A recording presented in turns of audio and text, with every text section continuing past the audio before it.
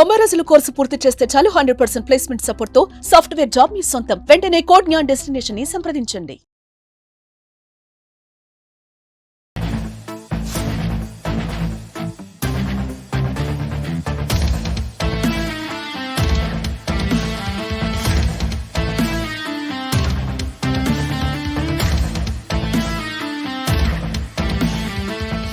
నమస్తే, welcome to Suman TV. సాధారణంగా swimming అంటే ఎంతసేపు చేస్తాం? 1 గంట, 2 గంటలు, మహా అయితే 3 గంటలు. దాన్ని ఒక హాబీగా తీసుకున్నా సరే అంతకు మించి చేయడం చాలా కష్టమనే చెప్పుకోవాలి. అయితే దాదాపు 56 గంటలు వైజాగ్ ఆర్కే బీచ్ నుంచి కాకినాడ ఎన్టీఆర్ బీచ్ కి స్విమ్ చేసుకుంటూ రావడం ఆషామాషి వ్యవహారం కాదు. ఈ ఘనత చాలా అతి తక్కువ మందిలో ఒక్కరైన గోలి శ్యామల గారికి దక్కుతుంది. అన్ని గంటలు సముద్రంలో దాదాపు 6 రోజులు ఎన్నో వింతలు, విడ్డూరాలను కూడా చూసే ఉంటారు ఈ జర్నీలో. మనతో పాటు గోలి శ్యామల గారు ఉన్నారు. అసలు ఆ ఎక్స్‌పీరియన్స్ ఎలా ఉంది? ఈ హాబీ ఏ విధంగా స్టార్ట్ అయింది అనేది తెలుసుకుందాం. మేడం నమస్తే అండి. ఇంతకు ముందు అన్నట్టు స్విమ్మింగ్ అంటే చాలా మంది 1 గంట, 2 గంటలు, పిల్లలైతే మహా ఇష్టంగా అయితే ఓ 3 గంటలు చేస్తూ ఉంటారు. కానీ ఇంత సేపు ఇన్ని గంటల పాటు సముద్రంలో, అది కూడా 6 రోజులున్నారు. అసలు ఎలా స్టార్ట్ అయింది మేడం ఈ జర్నీ? మీకు అసలు స్విమ్మింగ్ అంటే ఇంత ఇంట్రెస్ట్ ఎప్పుడు ఏర్పడింది? ఎప్పటి నుంచి స్టార్ట్ చేశారు మేడం? 2017లో స్టార్ట్ చేశాను స్విమ్మింగ్ నేర్చుకోవటము. ఓకే. అంతకుముందు యానిమేషన్ స్టూడియో ఉండేది. సో, కొద్దిగా డిప్రెషన్ వచ్చి స్టూడియో క్లోజ్ చేశాను 10 ఇయర్స్ రన్ చేసిన తర్వాత. సో, అది డిప్రెషన్ ప్లస్ ఇంకొకటేంటంటే ఏజ్ వైస్ కూడా 47, 45 తర్వాత అందరికీ గైనిక్ ప్రాబ్లమ్స్ స్టార్ట్ అవుతాయి. అది కూడా ఒక డిప్రెషన్‌కి ఒక రీజన్. సో, దాన్ని కొంచెము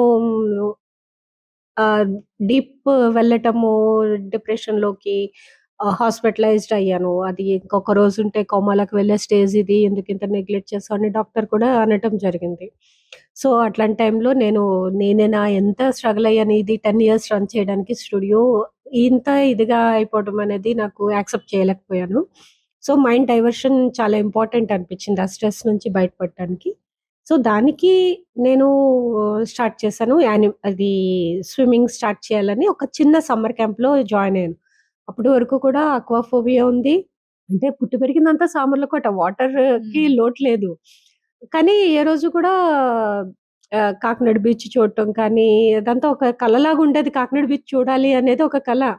సో, మా ఇంట్లో అందరూ చూసారు కానీ నేను చూడలేదు. సో, అది అట్లా అంటే ఒ మేబీ ఫోబియా వల్ల అయ్యుండొచ్చు. వెళ్ళాలంటే భయం అయ్యుండొచ్చు. అవకాశం రాకపోవడం కూడా ఒక కారణం అయ్యుండొచ్చు.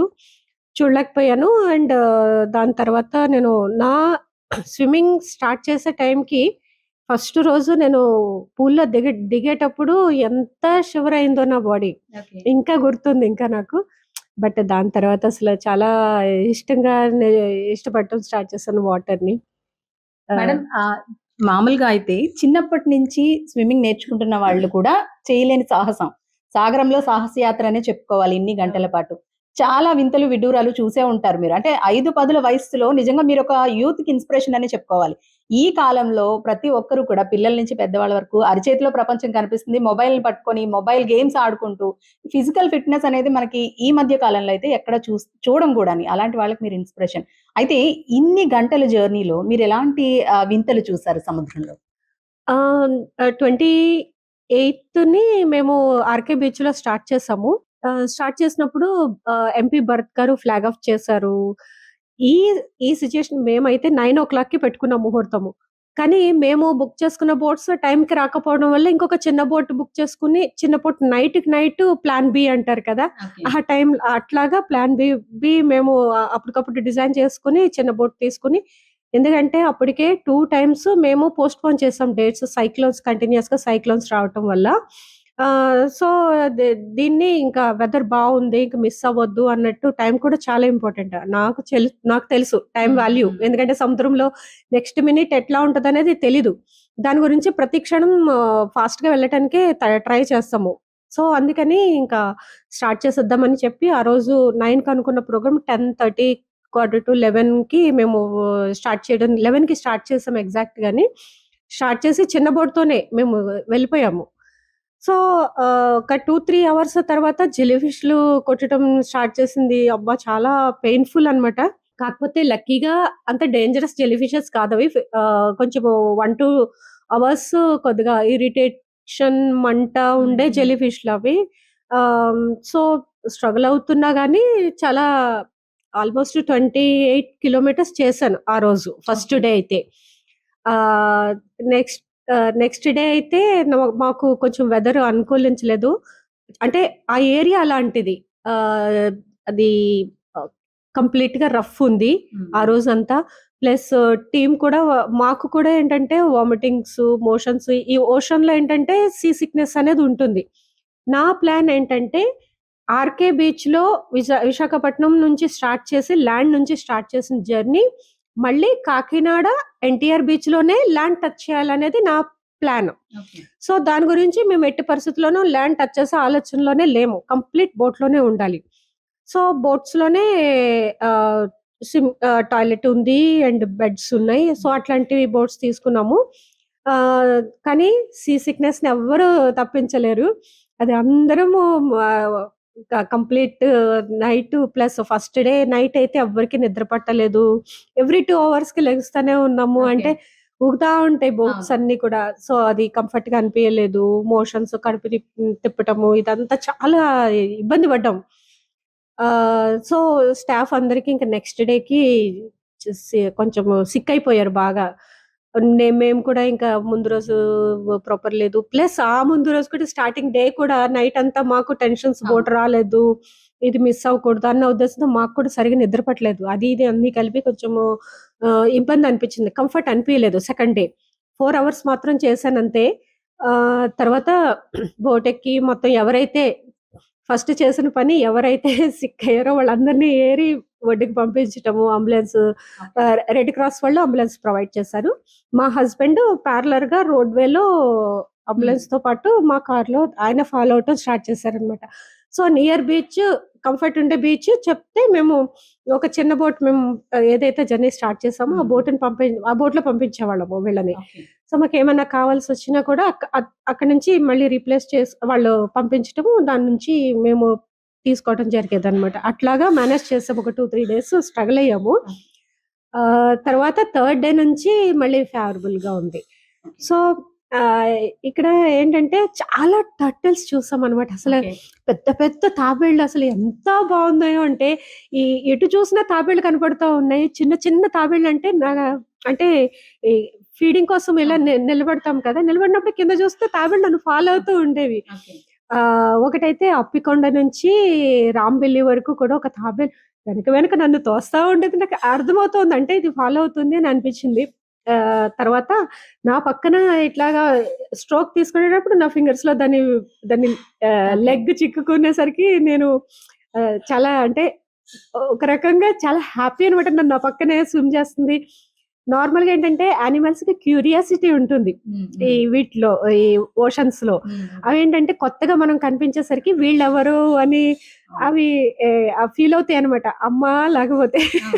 ఎప్పుడు ఆ! చూడలేనట్టువి కనిపిస్తాయి. చూడలేను కదా! అవును. సో, పెద్ద ఫిషా? లేకపోతే అమ్మా? లేకపోతే ఇంకొకటా? అనేది వాడికి అర్థం అవును. కాదనమాట. సో, అందుకని అవి అలా ఫాలో అవుతా ఉంటాయన్నమాట. ఓకే. సో, ఇది ఫిషెస్ కూడా చాలా ఇట్లా జల్లినట్టనమాట. ఒక లాక్స్ ఫిష్ కనిపించినియి ఓకే. ఒకే చోట. సో, అది కూడా చాలా బ్యూటిఫుల్‌గా అనిపించింది. ఆహ్, తర్వాత రాంబెల్లి దాటిన తర్వాత ఒక బీచ్ పేరు గుర్తు రావట్లేదు నాకు. అక్కడ దూరంగా ఒక వేల్ కనిపించింది. హుహు. అది ఏంటి అనేది అంటే బ్లాక్ సేమ్ వేవ్ లాగే ఉంటుంది అది మ్యామ్ కూడా. ఆ టైంలో భయమేస్తది గదా! నార్మల్‌గా వేల్ కనిపించినప్పుడు సాధారణంగా అందరూ భయపడుతూ ఉంటారు. అంటే యాక్చువల్‌గా ఈ నేనైతే గమనించే స్టేజ్ ఉండదు నాకు. హ్మ్. హ్మ్. స్విమ్మింగ్ తల వంచుకొని వాటర్‌లోనే అవును. ఉంటది నా హెడ్ మొత్తము. అయితే నా పక్కన కయాకర్స్ ఉన్నారు. బోట్‌లో వాళ్ళంతా కూడా నన్నే చూస్తా ఉంటారు. కయాకర్ మాత్రము చుట్టూ చూస్తున్నాడు ఆ అబ్బాయి. అది రాము అన్న అబ్బాయి తను గమనించాడు. ఏంటది డాల్ఫినా అన్నాడు. డాల్ఫినా అనేసరికి దాని తోక పైకెత్తేసరికి వి షేప్ ఉంటుంది. హ్మ్. హ్మ్. ఈ తిమింగలాలకి ఆహ్, టెయిల్ అన్నమాట. అమ్మో! ఇది వేలొస్తుంది. వేలే అనుకుంటాను. దగ్గరికొస్తదేమో మేడం మిమ్మల్ని చూసి దగ్గరికొస్తుంది అని అన్నాడు. హ్మ్. 10 మీటర్స్ దగ్గరికొచ్చేసింది. సో, యాక్చువల్లీ మాకు తెలిసినంత వరకు వేల్స్ ఫ్రెండ్లీనే. కానీ అలాగని మనం రిస్క్ చేయలేము. దాని తోక అది కొట్టకపోయినా దాని తోక మనకి తగిలినా కూడా ప్రమాదమే అది. సో, ఆ టైంలో మేము ఇంక రిస్క్ చేయొద్దు అని అనిపిచ్చి దేన్ని డిస్టర్బ్ చేయకూడదు. ఎందుకంటే మనం కొత్తగా వాటర్‌లోకి వెళ్ళాము. దాని లైఫ్ స్టైల్‌ని మనం డిస్టర్బ్ చేయొద్దు. అందుకని కామ్‌గా మేము రిస్క్ చేయొద్దని మొత్తం అందరం బోట్‌లోకి ఎక్కేసాము. వీళ్ళు దూరంగా వెళ్ళిపోయింది. వెళ్ళిపోయిన తర్వాత ఒక హాఫ్ అన్ అవర్ గ్యాప్ తీసుకొని సెటిల్ అయ్యి మళ్ళీ స్టార్ట్ చేసాము. ఉంది ఎక్కడో మళ్ళీ అదేమన్నా వెనక్కొస్తదేమోనని. బట్ మళ్ళీ ఏం వెనక్కి రాలేదు. వచ్చినా మాకు కనిపియదు ఇంకా. కొంచెం చీకటి పడింది. చేసుకుంటా వెళ్ళాము. అక్కడక్కడ 2 బీచెస్‌లో మాత్రము చాలా బాధాకరంగా ఏంటంటే టర్టిల్స్ అన్నీ చనిపోయి చాలా బాధ అనిపించింది. ఎందుకంటే ఇది అంటే మీకు సముద్రం గురించి బాగా తెలుసు కాబట్టి ఆలివ్ రిడ్లే తాబేళ్లు మామూలుగా డిసెంబర్ నుంచి మనకి మార్చి వరకు ఆలివ్ రిడ్లే తాబేళ్లు టోటాయిస్ ఆలివ్ రిడ్లే డిసెంబర్ నుంచి మార్చ్ వరకు కూడా అవి అంటే ఎగ్స్ పెట్టడం కోసం అని చెప్పేసి ఈ నదీ జలాలు సముద్రంలో కలిసి ప్లేస్లు ఏవి ఉంటాయో వెతుక్కొని అవి పుట్టిన చోటుకే వచ్చే రేర్ అనే చెప్పాలి, అక్కడే ఎగ్స్ పెడతాయి. సో ఇలాంటివి మన కాకినాడ బీచే కాదు చాలా చోట్ల ఇలా చనిపోయి అంటే మత్స్యకారులు బోట్ల కింద చిక్కుకొని కానివ్వండి, వలల్లో చిక్కుకొని కానివ్వండి చనిపోతూ ఉంటాయి. అలాంటివి మీరు చాలా చూసే ఉంటారు.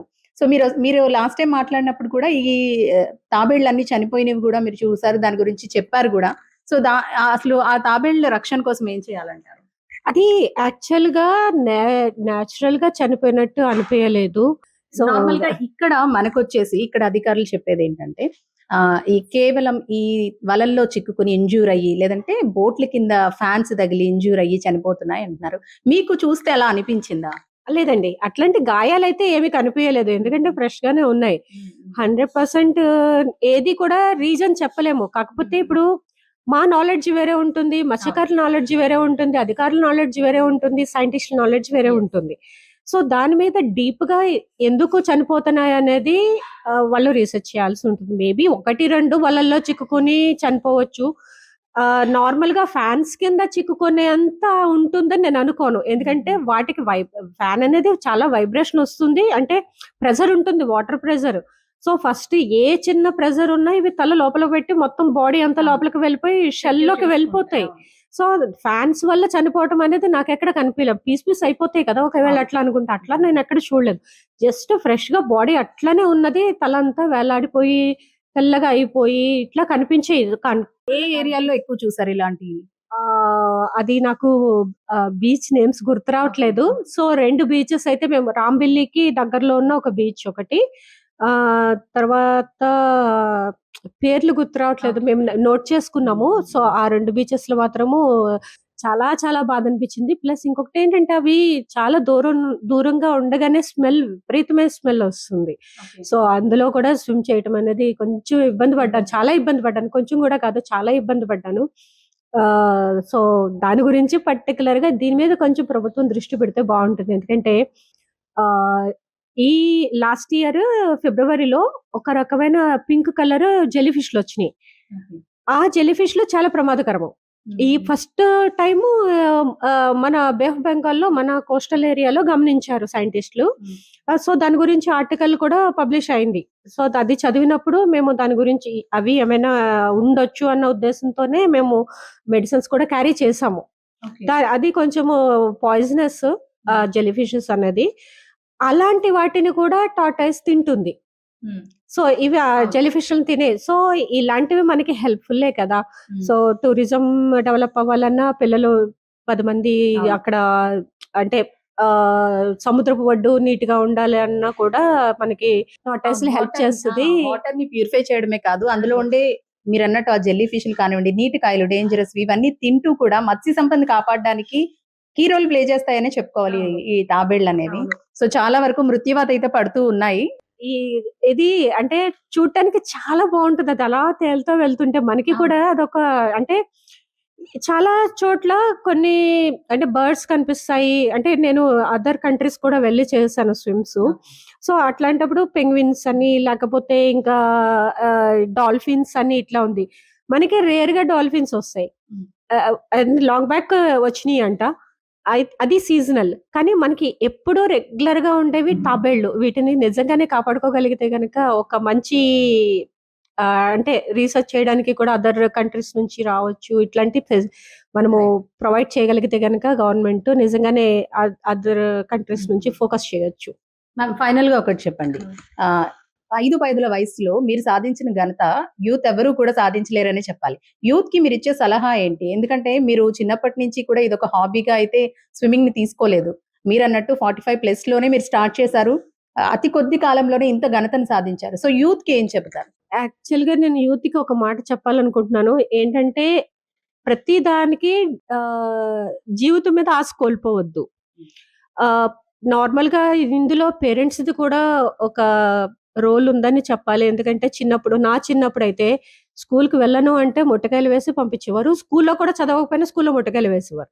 అది ఎంత కొట్టినా కూడా ఇంట్లో పేరెంట్స్ ఒకటే మాట, నీదే తప్పు, నువ్వు బుద్ధిగా ఉండాలి అని చెప్పి మనకే బుద్ధి చెప్పేవారు. కానీ ఇప్పుడు సిట్యుయేషన్ అట్లా లేదు. పేరెంట్స్, టీచర్ ఏమైనా కోప్పడినా కూడా వీళ్ళే ముందు టీచర్స్‌ని అడగటము ఇదంతా. ఈ కాలం ఎప్పుడైతే మారుతుందో సూసైడ్‌లనేవి ఖచ్చితంగా తగ్గుతాయి. ఎందుకంటే ఏ ఏ టీచరు కూడా కావాలని ఎవరిని పిల్లల్ని కొట్టరు. వాళ్ళు తప్పు చేసినప్పుడు కరెక్ట్ చేయాల్సిన బాధ్యత వాళ్ళదే. ఆ సిట్యుయేషన్‌ని మనం కట్ చేయటం వల్ల మేమేం చేసినా, ఎట్లా ఆడినా కూడా చెల్లుతుంది అన్న ఫీల్‌లోనే పిల్లలు పెరుగుతున్నారు ఈ రోజుల్లో. అది ఏమవుతుందంటే చిన్న చిన్న విషయాల్లో లైక్ మార్కులు తక్కువ రావటము, అనుకున్న దానికి రీచ్ అవ్వలేకపోవటము, అనుకున్న విధంగా అనుకున్నది జరగకపోవటం, ఇలాంటి డిఫరెంట్ డిఫరెంట్ సిట్యుయేషన్స్‌లో వాళ్ళు డిప్రెషన్‌కి లోనవ్వటము, దాంట్లోనే సూసైడ్‌కి అటెంప్ట్ చేయటం అనేది జరుగుతుంది. కానీ పిల్లలకి ప్రతి పేరెంట్ కూడా పిల్లల మీద శ్రద్ధ ఉంది అని నిరూపించుకోవటానికి వాళ్ళకొక గోల్ ఇవ్వండి. ఆ గోల్ మీద వాళ్ళు ఫోకస్ చేసుకునేలాగా వాళ్ళని ట్రైన్ చేయండి. మోటివేట్ చేయండి. సపోర్ట్ చేయండి. ఇది చేయగలిగితే గనక డెఫినైట్‌లీ ఎన్నో అద్భుతాలు చేయగలుగుతారు పిల్లలు. ఎందుకంటే ఈ ఏజ్‌లో మనం ఇంత చేస్తున్నప్పుడు మనకన్నా ఈ తెలివైన వారు మన నెక్స్ట్ జనరేషన్ ఖచ్చితంగా చెప్పాలి అంటే, వాళ్ళకి ఇంకా కొంచెం మనం సపోర్ట్ చేసి, ఎంకరేజ్ చేసి కరెక్ట్ వేలో మనం మోటివేట్ చేయగలిగితే గనక డెఫినైట్‌లీ ఎన్నో వండర్స్ చూడొచ్చు. Thank you so much madam. ఇలాంటి అద్భుతాలు మరి ఇంకెన్నో సృష్టించాలని మనస్ఫూర్తిగా కోరుకుంటున్నామండి. Thank you so much. So చూసారు కదండి, 5 వయస్సులో చాలా మంది ఇంటికే పరిమితం అయిపోతుంటారు. లేదంటే మనవళ్ళతోనో మనవరాలతోనో ఆడుకుంటూ ఉంటారు. మరేదైనా హాబీగా తీసుకుంటూ ఉంటారు. కానీ దాదాపు 6 రోజుల పాటు సముద్రంలో 150 కిలోమీటర్లు అంటే మాటలు కాదు. అలాంటి ఘనతని, అరుదైన ఘనతని తన సొంతం చేసుకున్నారు గోలి శ్యామల గారు. అయితే ఇప్పటి యూత్ కి సంబంధించి పేరెంట్స్ ఎంకరేజ్‌మెంట్ ఉండాలి. పిల్లల్లో కేవలం సెల్ ఫోను, చదువు వీటికి మాత్రమే పరిమితం చేయకుండా అదర్ యాక్టివిటీస్‌లో కూడా మనం ఎంకరేజ్ చేయగలిగితే, వాళ్ళలో మంచి అలవాట్లు పెంపొందించగలిగితే ఇలాంటి అద్భుతాలు యూత్ అవలీలగా చేసేయొచ్చంటూ కూడా ఆమె అభిప్రాయపడుతున్నారు. కెమెరా పర్సన్ మోహన్‌తో అనుశ్రీ, సుమన్ టీవీ, కాకినాడ.